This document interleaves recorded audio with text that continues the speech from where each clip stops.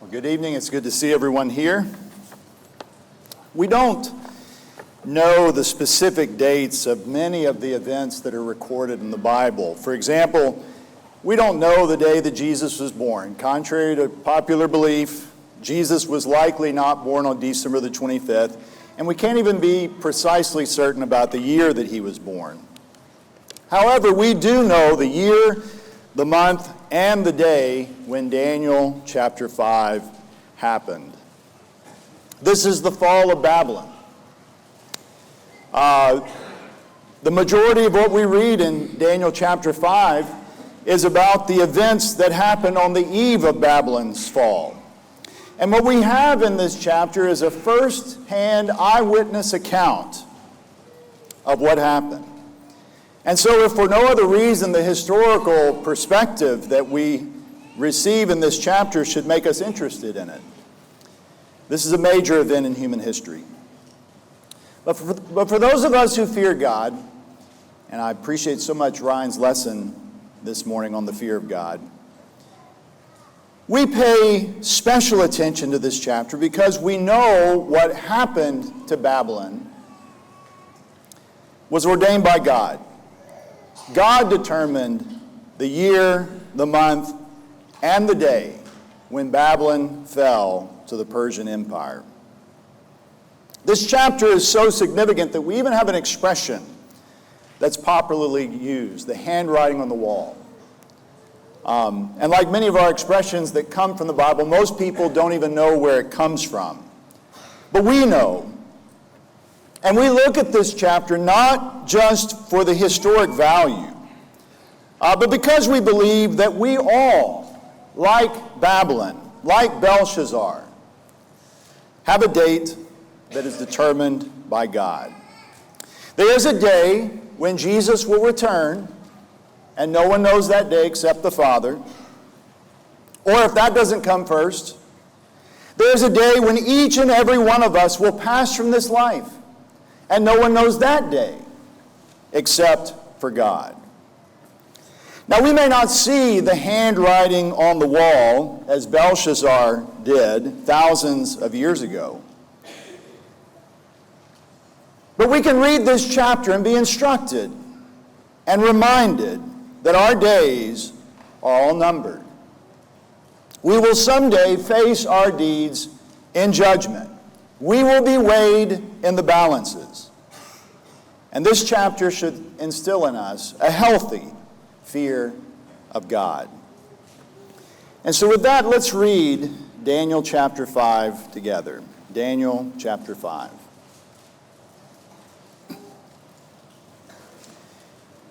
King Belshazzar made a great feast for 1,000 of his lords and drank wine in front of the 1,000. Belshazzar, when he tasted the wine, commanded that the vessels of gold and of silver that Nebuchadnezzar his father had taken out of the temple in Jerusalem be brought, that the king and his lords, his wives, and his concubines might drink from them. Then they brought in the golden vessels that had been taken out of the temple, the house of God in Jerusalem, and the king and his lords, his wives, and his concubines drank from them. They drank wine and praised the gods of gold and silver, bronze, iron, wood, and stone. Immediately, the fingers of a human hand appeared and wrote on the plaster of the wall of the king's palace opposite the lampstand. And the king saw the hand as it wrote. Then the king's color changed, and his thoughts alarmed him. His limbs gave way, and his knees knocked together. The king called loudly to bring in the enchanters, the Chaldeans, and the astrologers. The king declared to the wise men of Babylon, "Whoever reads this writing and shows me its interpretation shall be clothed with purple and have a chain of gold around his neck and shall be the third ruler in the kingdom." Then all the king's wise men came in, but they could not read the writing or make known to the king the interpretation. Then King Belshazzar was greatly alarmed, and his color changed, and his lords were perplexed. The queen, because of the words of the king and his lords, came into the banqueting hall, and the queen declared, "O king, live forever." Let not your thoughts alarm you or your color change. There is a man in your kingdom in whom is the spirit of the holy gods. In the days of your father, light and understanding and wisdom, like the wisdom of the gods, were found in him. And King Nebuchadnezzar, your father the king, made him chief of the magicians, enchanters, Chaldeans, and astrologers, because an excellent spirit, knowledge, and understanding to interpret dreams, explain riddles, and solve problems were found in this Daniel, whom the king named Belteshazzar. Now let Daniel be called, and he will show the interpretation. Then Daniel was brought in before the king. The king answered and said to Daniel, You are that Daniel, one of the exiles of Judah, whom the king my father brought from Judah. I have heard of you that the spirit of the gods is in you, and that light and understanding and excellent wisdom are found in you. Now the wise men, the enchanters, have been brought in before me to read this writing and make known to me its interpretation, but they could not show the interpretation of the matter. But I've heard that you can give interpretations and solve problems. Now if you can read the writing and make known to me its interpretation, you shall be clothed with purple and have a chain of gold around your neck, and shall be the third ruler in the kingdom. Then Daniel answered and said before the king, Let your gifts be for yourself, and give your rewards to another. Nevertheless, I will read the writing to the king and make known to him the interpretation. O king, the Most High God gave Nebuchadnezzar your father kingship and greatness and glory and majesty.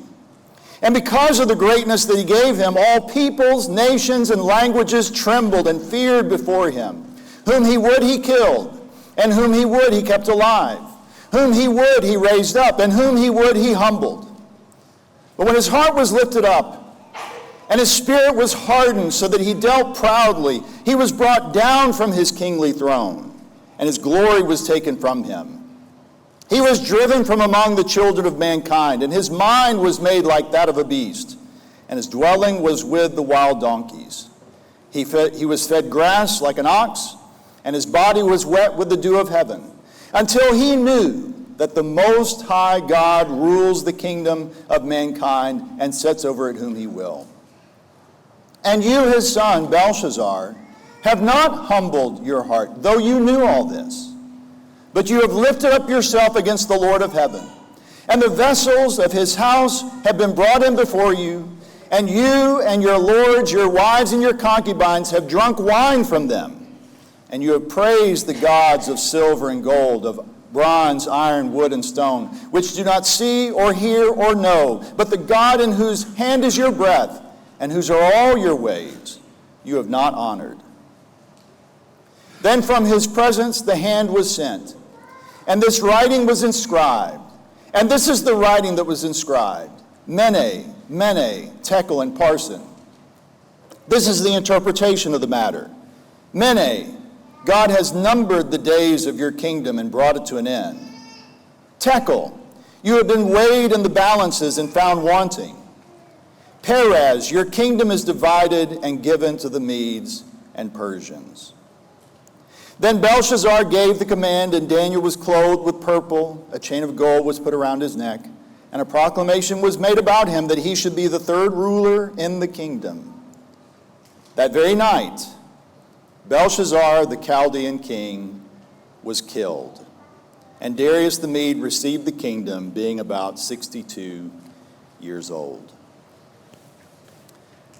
So who was this Belshazzar?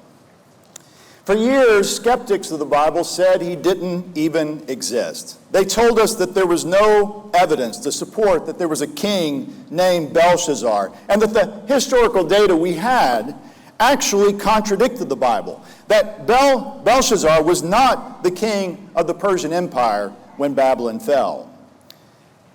But like so many things that skeptics tell us didn't happen the way the Bible said, archaeologists have proven the skeptics wrong. And before I show you the proof, just to give you proof that these archaeological exhibits do exist, this is my daughter standing in front of some of the enameled brick that appeared on the processional way. When you passed through the Ishtar gate, there would be a series of 120 lions on either side of the processional way. This is what Shadrach, Meshach, and Abednego and Daniel would have passed through. It's possible that Shadrach made this exact face when mimicking the lions. That is speculation. But there's no question that this was in Babylon. This is history. This is what archaeologists have dug up. But here's the proof, to prove the skeptics wrong.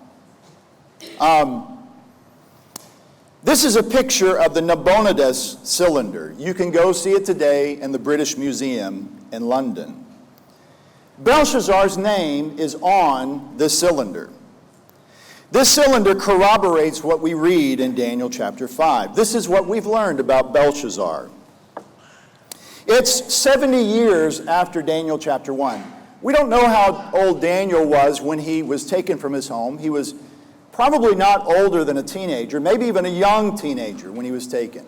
But he's no longer a young man. This is an old man. This is 70 years later. We're at least 23 years from Daniel chapter 4. In 562, Nebuchadnezzar died. He had reigned for 43 years, and the empire declined after his death. Really, the zenith of the Babylonian Empire was during the days of Nebuchadnezzar. His son, Amel-Marduk, reigned for only 2 years. He's known in the Bible as Evil Merodach. You can read about him in 2 Kings 25 and Jeremiah 52. He's the one who released Jehoiachin from prison and allowed him to eat in the king's court.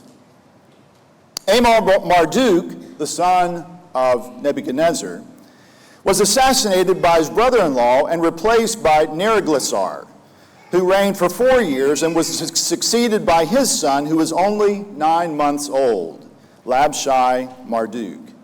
He was beaten to death by conspirators. This meant that all of the heirs to the throne of Nebuchadnezzar's royal line were eliminated, and there was no logical heir to the throne. One of the conspirators appointed Nabonidus as the king, and he was widely recognized as the king. This is who the skeptics of the Bible would point to as the ruler of Persia when Babylon fell. And indeed, he was the king of Persia. But he was a co-regent with his son, Belshazzar. Why was he a co-regent? Why was there a co-regency in Babylon? Well, it's because Nabonidus had no direct bloodline to Nebuchadnezzar. What he did is he married either the widow of Nebuchadnezzar or he married one of Nebuchadnezzar's daughters. And he did this to try to legitimize his throne. This was often practiced in ancient times. His son, the direct bloodline to Nebuchadnezzar, either through Nebuchadnezzar's widow or his daughter, his son Belshazzar was appointed as a co-regent with him. And so Belshazzar would have bloodline to Nebuchadnezzar through his mother. Does that make sense? By the way, this is why when Belshazzar makes the offer to one of the wise men and then to Daniel to be third ruler in the kingdom, that's the reason he didn't say, I'll make you second in the kingdom, because he didn't have the authority to do that unless he stepped aside and said, you'll take my place. He would have to be third if there was a co-regency. That definitely makes sense.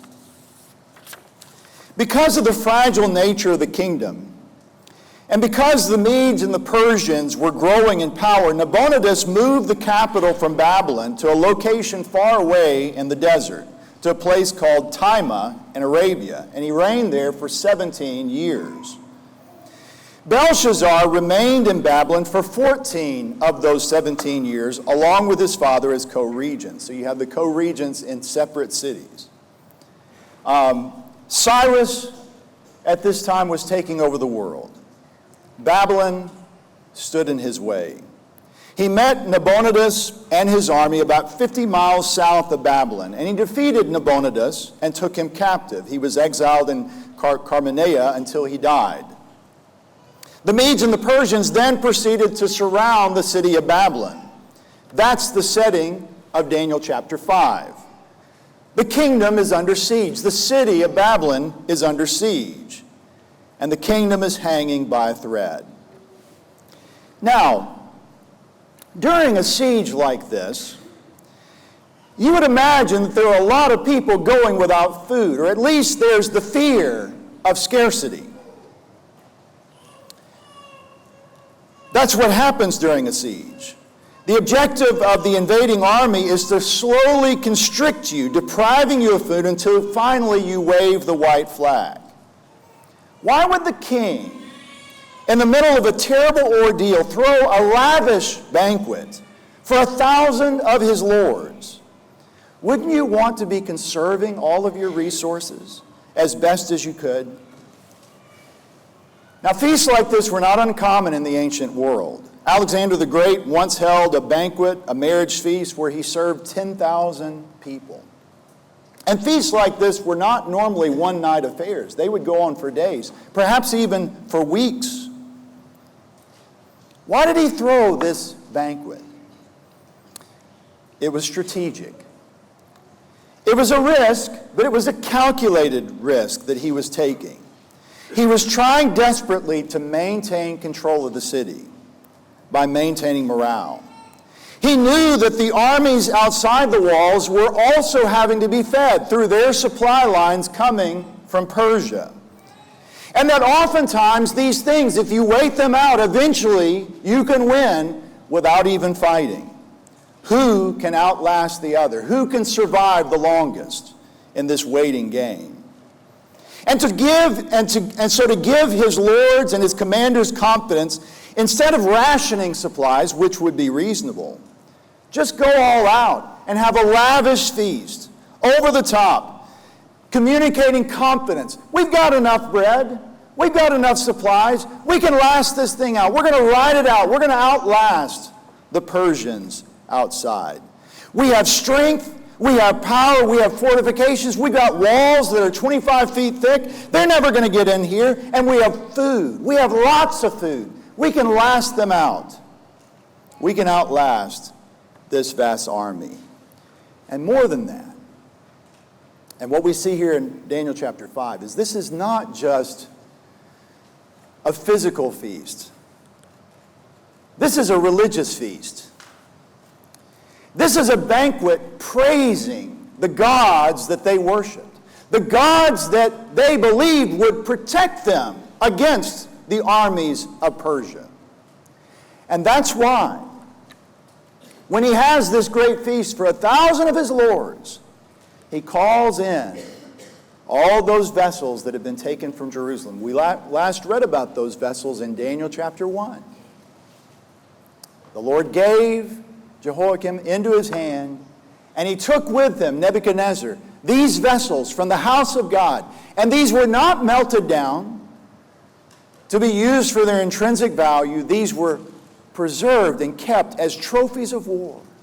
And now they're being used to praise the gods of Babylon, to really promote the gods of Babylon, to say to the lords, it's all going to be okay. We don't have to worry about the threats out there. We have the gods in here protecting us. It's propaganda. It's worship. Let's praise our God. Belshazzar was right in thinking that the outcome would not be determined by a physical army, though a physical army would be used. The biggest threat was not outside the walls, but rather it was the God who was inside the walls that he needed to be most concerned about. The one he needed to fear, talk about the fear of God. The one he needed to fear was the one he was blaspheming, mocking, by drinking from those pitchers and cups the wine as he praised those false gods. God had determined that Belshazzar's time was up. But before he judged him, he first sent him a message. A message that was written on a wall where this feast was taking place. Archaeologists have unearthed in Babylon a large room in a palace. It was 55 feet wide, 169 feet long. And the walls were plastered, which is exactly what we see here in Daniel chapter 5. It could very well be that this is the room where Belshazzar saw the handwriting on the wall. The king's color changed, his thoughts alarmed him, his limbs gave way, his knees knocked together. One commentator that I love on the book of Daniel said he went from beating his breast to knocking his knees. You can almost see the color draining from his face as he becomes white as a sheet. So confident, so sure of himself, so proud and arrogant, and yet all of that changes when he sees the handwriting on the wall. He's terrified by what he sees.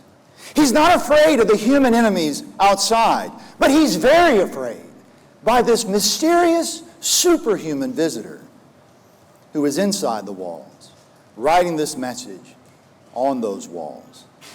He needed to be afraid.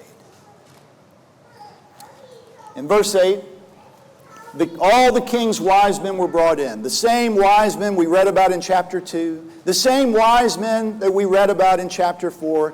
And just like in chapter 2 and in chapter 4, they've got nothing. They offer no help at all to the king. They have no wisdom. Not only can they not interpret what this message is, they can't even read it. And what's ironic about this is written in Aramaic. It's like seeing English on the wall and you can't read a word of it. This is Aramaic.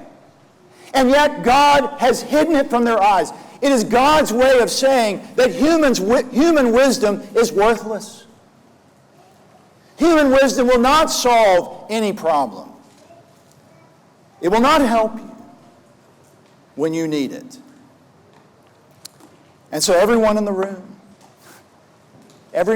room who is literate can read this, and yet no one can understand what this is. In verse 11, the mother, and it may be the grandmother, Nebuchadnezzar's wife, comes in with some advice. She says, there's a man in your kingdom who could give you an answer. He helped your father. He helped King Nebuchadnezzar when he had riddles and he had dreams and he had problems where no one else could help. He could come in. He had the spirit of the holy gods in him. He had wisdom. He had insight. He had knowledge to help your father, the king. You wonder what's happened to Daniel in the last 20 years or so. Daniel was as high as it got in the previous regime. Daniel was being groomed to be head over all. And yet Daniel seems to be almost forgotten by this time. I wonder why that is. It seems like at some point in his reign, he stopped consulting Daniel so that he doesn't even know who he is. He has to have the Queen Mother come in and remind him of who Daniel was. But when Daniel comes in, he does read the writing and he does interpret the message.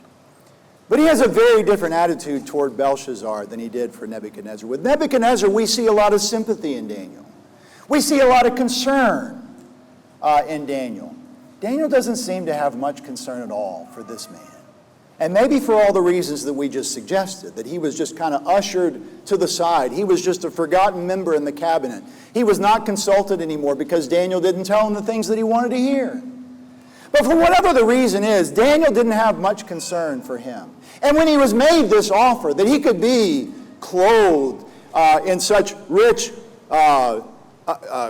austere attire and be placed as third ruler in the kingdom, Daniel's like, I don't really care about all that stuff.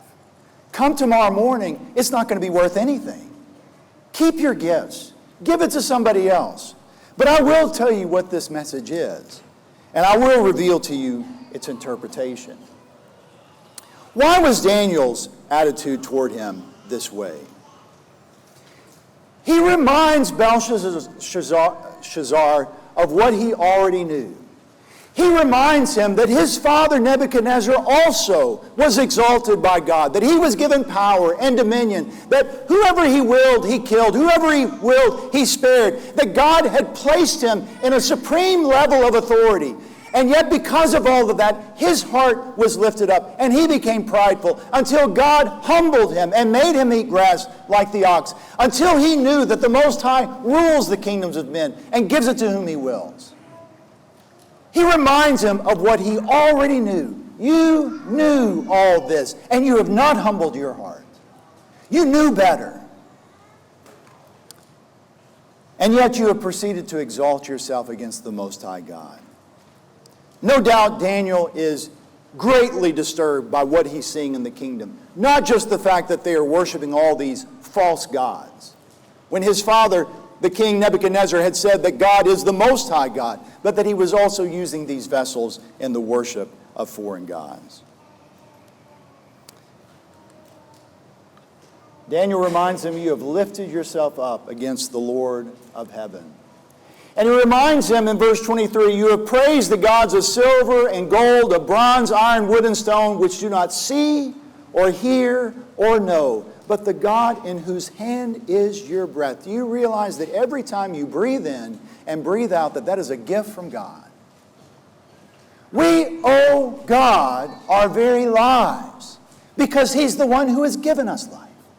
I appreciated so much this morning when Nestor led us in prayer, thanking God for our breath. How often do you think about the fact that God has given us life?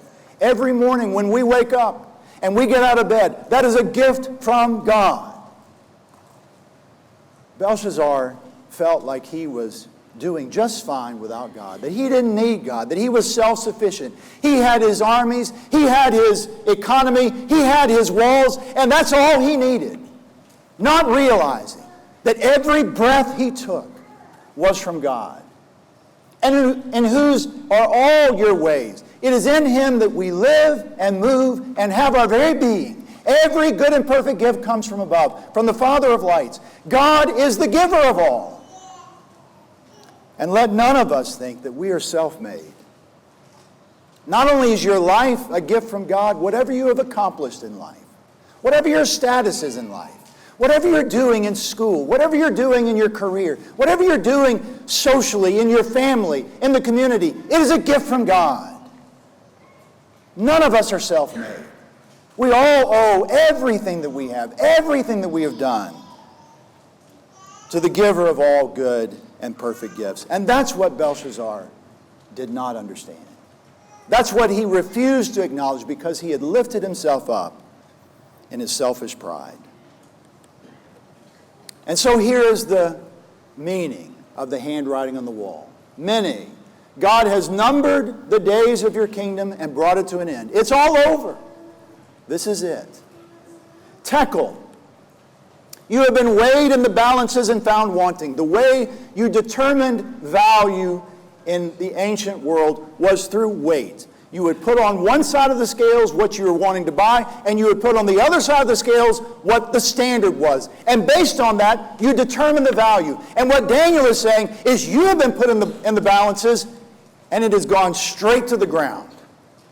Your righteousness is nothing before this holy God. You have been weighed in the balances, and you have been found wanting. And then finally, Perez, your kingdom is divided and given to the Medes and the Persians. And Herodotus tells us that on the 16th day of Tisri, 539 BC, which would be either the 11th or the 12th of October, the anniversary is coming up this week of the fall of Babylon, the Persians built a dam. The Euphrates River flowed through Babylon, and that was one of the ways that they were confident that they could outlast a siege as they had this constant water supply flowing through the city. The water was dammed up, and much of the water flowed away from the city into swamp marshes. And those walls suddenly had a big hole through which, either through waist-deep water or knee-deep water, they were able to go in, open the gates, and now all those walls, it kind of made it like shooting fish in a barrel. There was nowhere they could run. There was nowhere they could hide. They just went in and slaughtered everyone, including the king. As we just read at the end of Daniel chapter 5, Belshazzar, that very night, the night that he read the handwriting on the wall, died.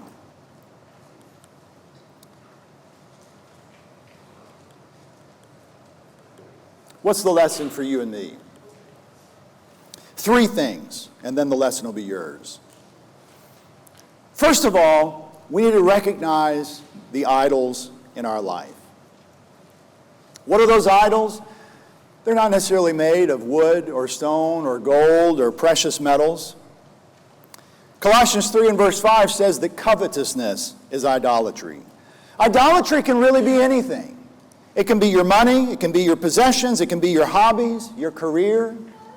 It can be your appearance, what you see in the mirror. It can be your status, your children. And by the way, I'm devoting a whole lesson in our child rearing class to idolatry with our children. It can be sports. It can be anything that we put ahead of God. Anything that we put before God.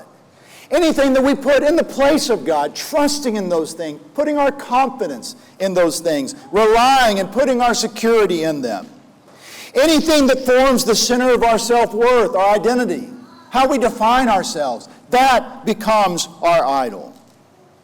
What are those things in your life? We will be judged based on the idols of our life. We need to respond to what we know is true.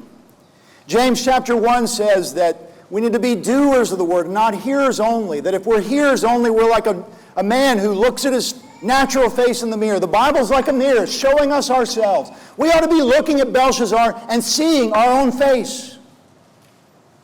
And James says that the man who walks away from the mirror and forgets what he is a foolish man. We need to be doing what we know to do. Belshazzar should have known. Daniel told him, you knew all of this, and yet you persisted. And someday God will be looking at us and saying, you heard all these lessons. You read what I revealed in my word. And what did you do about it? We need to respond on what we know. And to whom much is given, Jesus said. Luke chapter 12, much is required. And so we need to respond to what we know is true. And we need to repent while there is still time. The days of Babylon were numbered. The Persians, their days were numbered. And the Greeks and the Romans, as we read in Daniel chapter 2. The days of the United States are numbered. But this lesson is not about Babylon or Persia or the United States. It's about you and it's about me. Jesus said in Luke chapter 12, someone in the crowd, verse 13, said to him, Teacher, tell my brother to divide the inheritance with me. But he said to him, Man, who made me a judge or arbitrator over you? And he said to them, Take care and be on guard against all covetousness, for one's life does not consist in the abundance of his possessions. And he told them a parable, saying, The land of a rich man produced plentifully. And he thought to himself, What shall I do? For I have nowhere to store my crops. And he said, I will do this. I will tear down my barns and build larger ones, and there I will store all my grain and my goods. And I will say to my soul, Soul, you have ample goods laid up for many years. Relax, eat, drink, be merry. But God said to him, Fool, this night your soul is required of you. And the things you have prepared, whose will they be? So is the one who lays up treasure for himself and is not rich toward God. Your days are numbered. My days are numbered. We do not have unlimited time. For all we know, the handwriting on the wall is there right now. This could be your last chance. And you say, preacher, you're just trying to scare me. And to that I say, absolutely I'm trying to scare you. You need to be afraid. If you're worshiping idols, you are standing on dangerous ground. God has given you breath. God has shown you mercy. God has spared your life down to this time. But God does not owe you another day, not even another hour. Take the mercy of God and respond to the message that God has given you. Not being a forgetful hearer, but a doer. And do whatever you need to do to make your life right with God. In the fear of God that Ryan talked about this morning. Make your life right with God. If someone needs to become a Christian, you know what you need to do. You've heard 1,000 lessons. You've heard 1,000 invitations. How many more do you have? Do what you need to do tonight. Repent of your sins. Confess your faith. Be baptized. And if you need to come back to the Lord, you may not have to make some kind of public confession, but do what you need to do to make your life right with God. Do it tonight before it's too late as we stand and sing.